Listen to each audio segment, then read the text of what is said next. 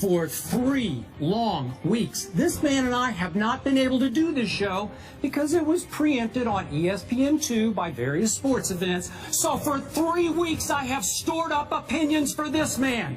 I am about to unleash. He had better be ready.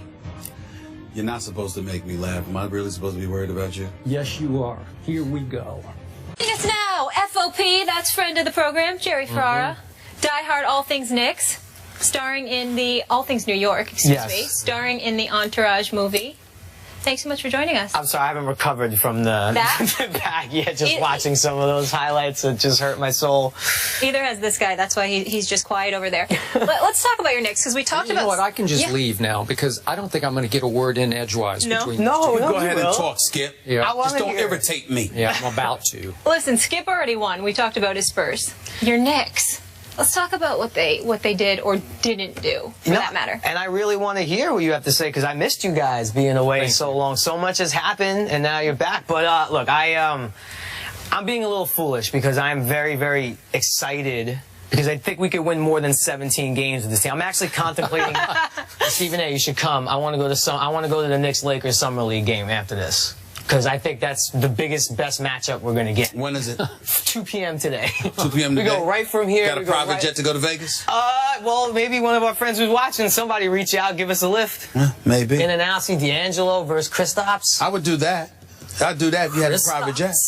He's won me over. He's won me over. He has? He has. At 7 feet 3 inches tall? Here's my issue with the pick, okay? If he turns out to be an 11-5 guy, which would be a very nice NBA career, I still think it's going to be a disappointment. There's so much hype now around him being Dirk, which is almost impossible to live up to that. I think if he has a solid career, it's still never going to be enough. And that's what concerns me the most. I love the Jerry and Grant move. We actually, again, I'm getting caught up in the summer league stuff. It looks like my pickup game at times, but he looks good in the summer league.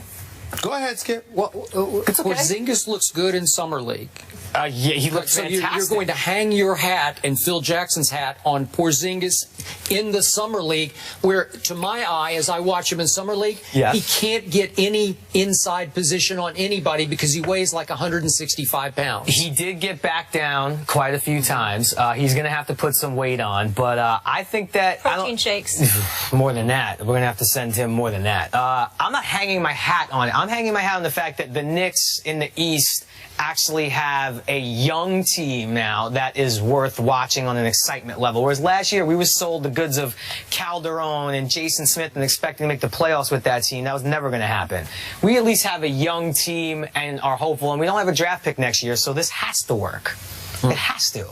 Do you see a highly skilled big man, Mr. Smith, and Porzingis, Kristaps? He's great on Instagram.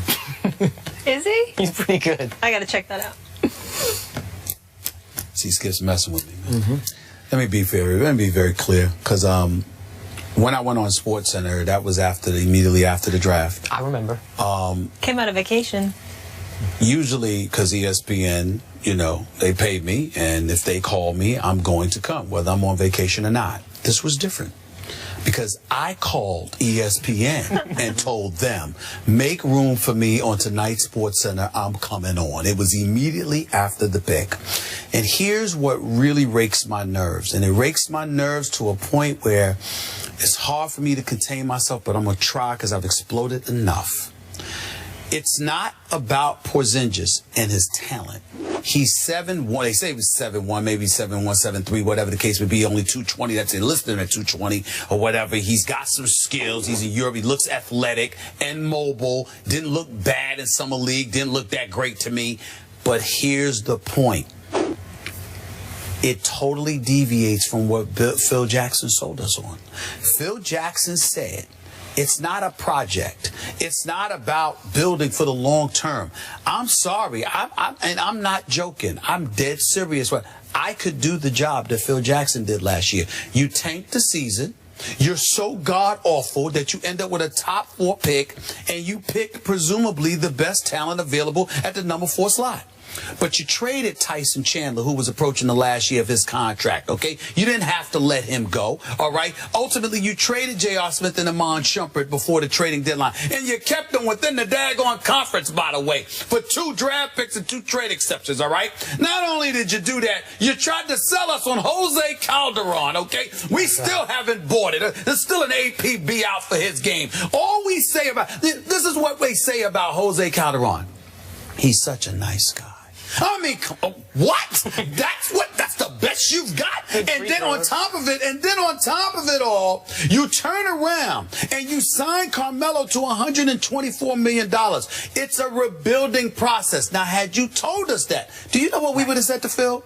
Go ahead and let Carmelo go. Or sign and trade him. Don't bother, because we don't need to watch Carmelo Anthony, one of the top 5 offensive players of this generation. We don't need to watch Carmelo Anthony lose night in and night out. Let him go somewhere else, get something quality for him in return, and build. And it would have been a reclamation project that we all would have accepted, because you know what? All right, you sold us on that. You told us. The problem is, Phil didn't tell us that. He said it's the Eastern Conference. We should be able to compete for playoffs. I just need to make these moves. And clearly, he lied. He hoodwinked us all. The man went on 3 road trips last year, ladies and gentlemen. 2 of them were to L.A.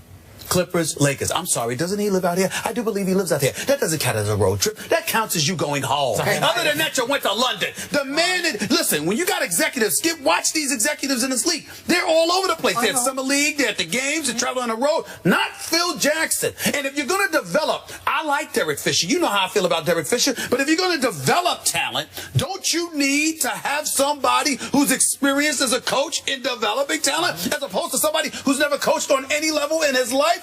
Everything Phil Jackson has done, he has lied to us, and that's the issue. He didn't intentionally hoodwink you. He thought, I am Phil Jackson. I will set up shop in New York City. I will open my arms, and they will come. All the big free agents will come to New York because they'll want to serve me. So he didn't lie to us. He lied to himself because he's so arrogant, so he deluded himself. Yeah. Either way, he lied, damn it. Let's get technical, Miss Samantha. Right. You lied to yourself, you lied to us. It's all the same to me because you didn't tell the truth. And in the end, here's what it comes down to. And I'm getting sick and tired of people who cover sports not picking up on this, especially when it comes to the NBA. When you are an executive and you don't recruit in free agency, you are not doing your job. True. Yeah, you can go draft. We got scouts and player personnel directors for that. The executive is supposed to be the dude that sits there and says, this is what I'm building. Come here. And Phil Jackson clearly is. Robin Lopez. He's not bad. I like Aaron Aflalo. Listen, Robin Lopez is a role player. Aaron Aflalo can play. But listen, Aaron Aflalo, Robin Lopez, and Jerry and Grant. Williams. Listen, Jerry and Grant. Stop it. Jerry and Grant. Listen, Jerry and Grant. Jerry and Grant out of Notre Dame, is a really quality point guard. You don't need a point guard in the triangle. No. Everywhere you turn, it's just awful. Just awful. There's a bigger problem that's happening, too, is because clearly free agents want to go to winning teams, as Monroe proved. So if it's another 18-win season... Thank you, Molly, because we lost out on Greg Monroe to Milwaukee, who, by the way, Jason Kidd is doing a hell of a job. Oh, he really is. He is doing a special job. He really, really is. And they had him. Remember, he left the Knicks to go and be a coach of Brooklyn. He's right in your backyard. Everything that's associated with the Knicks, they lose. Okay, Everything. I am sick of talking about the New York Knicks because they bore me now. So let's talk about a team that does not bore me. Your Giants. Because I think they will be a threat to my Dallas Cowboys in the NFC East this year, though they might be missing their best pass rusher because of fireworks. Your thoughts? Well, when I first heard that, I was hoping that it was just something that was maybe going to be over-reported and was a minor thing and there wasn't much going on in the news cycle. And then you start hearing, like, we don't think it's career-threatening, so my radar went up immediately. And then there literally comes into play, like, his career. It's not even so much like as a Giant fan, yes, I want him on the field, but then also on a human level, like, you don't want to see, and I say kid with all due respect because he's younger than me, lose a career because of an accident like that. I do wish that you know, some of these guys would just realize you just can't do the things that you used to enjoy doing as a kid. It's just a level of you got to put it down and let someone else do it. All right, can we start with the niceties? He was stupid. I mean, that's just what it comes down to.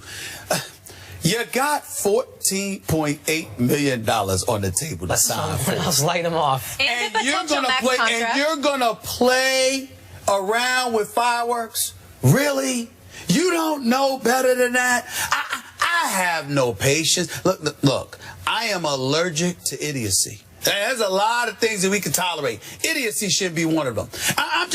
There's certain dudes that deserve to miss a season just because they do something stupid. Just because they do something stupid. Right, but not a career. And that's why I started to feel nervous. Because when they start saying career it won't end his career. No, but I'm saying that was the first. He might not be able to grab as well, but it's just fractured. And it's not going to end his career. He's going to play, but he ain't throwing the football. He'll be all right. Yeah. Well, we'll see. You know, we'll see. I have never understood how in this great country of ours, we celebrate our independence every 4th of July by lighting small bombs in our hands. I don't really get it, but he did it. That should be in the contract. I always tell you, you shouldn't be in clubs after midnight. That should be in the contract. Skydiving, bungee jumping, motorcycle riding, firecracker popping on the 4th of July. It is idiocy of the highest order. And he comes off to me every time I see him interviewed or I watch him on the sidelines. He's like an overgrown kid, and I don't think he's grown up. Maybe he'll grow up now. Well, listen, here's the embarrassing part. The New York Giants fly from New York to go see you. And they can't get in to see you because your family or whomever it was shielding the Giants from getting in to see you. And you thought hiding for them would elevate your stock? I mean, really? I mean, really? You don't think that they would have something inside of them that says, maybe this is worse than what it appears? Because we want to see you and we can't even see you?